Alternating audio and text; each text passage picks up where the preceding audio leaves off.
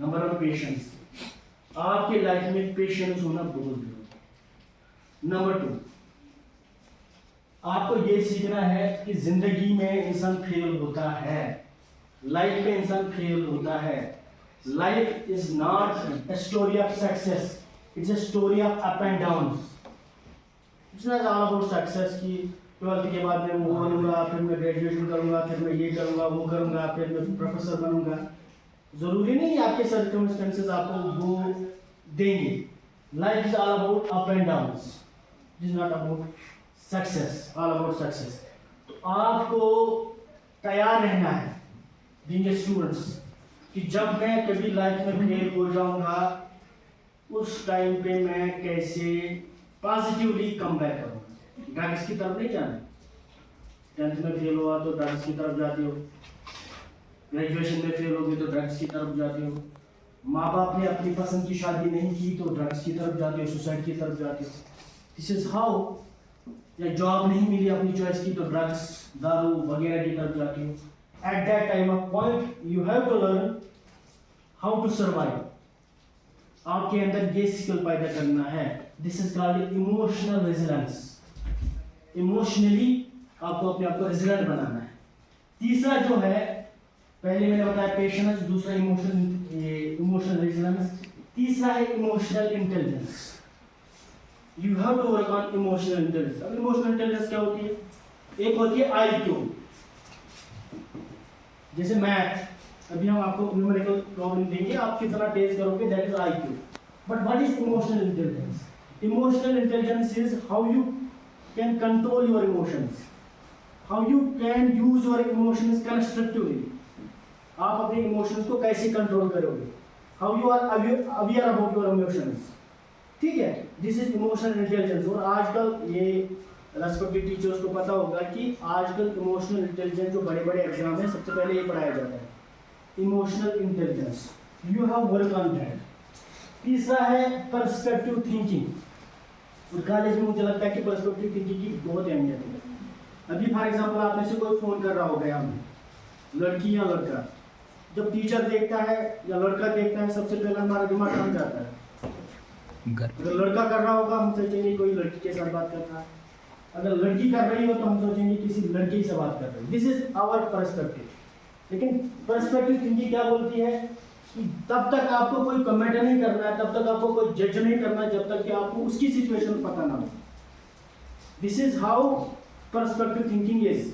Unless and until you do not know the perspective of other person, till then you have no right to comment. नहीं कर सकते हो आप। और ये आपको मतलब मुझे लगता है कॉलेज में पता होना चाहिए। तो पर्सपेक्टिव थिंकिंग। उसके बाद है आपका क्या कहते हैं इसको, ग्रेटिट्यूड। ग्रेटिट्यूड जिसके हम सब शिकार हैं।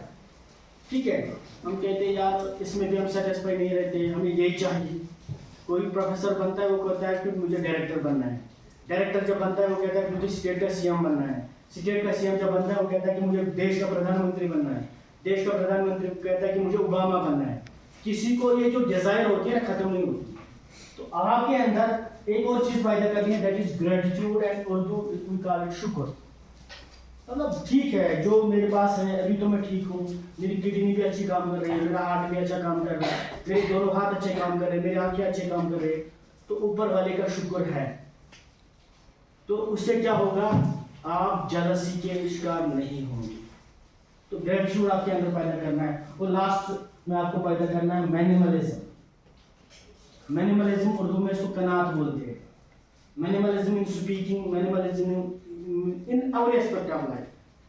मतलब अगर आपके पास पैसा है उसको फजूल खर्ची नहीं करनी है।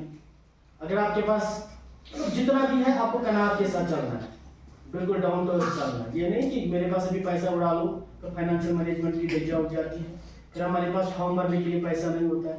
तो मिनिमलिज्म और एक बात है। तीसरा लास्ट है नेगेटिव कंपटीशन से बचना है आपको।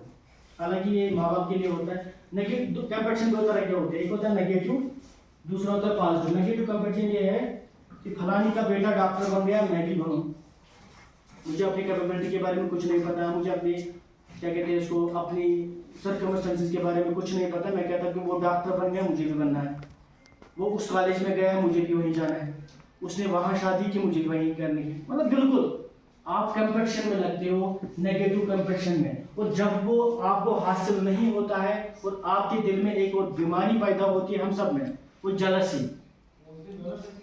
This is how negative comparison works. इसके बदले हमें पॉजिटिव कंपैरिजन पे फोकस करना है, एनकरेज होना है, ठीक है। एनकरेजमेंट का जो कंसेप्ट है वहां वो लाना है, ठीक है।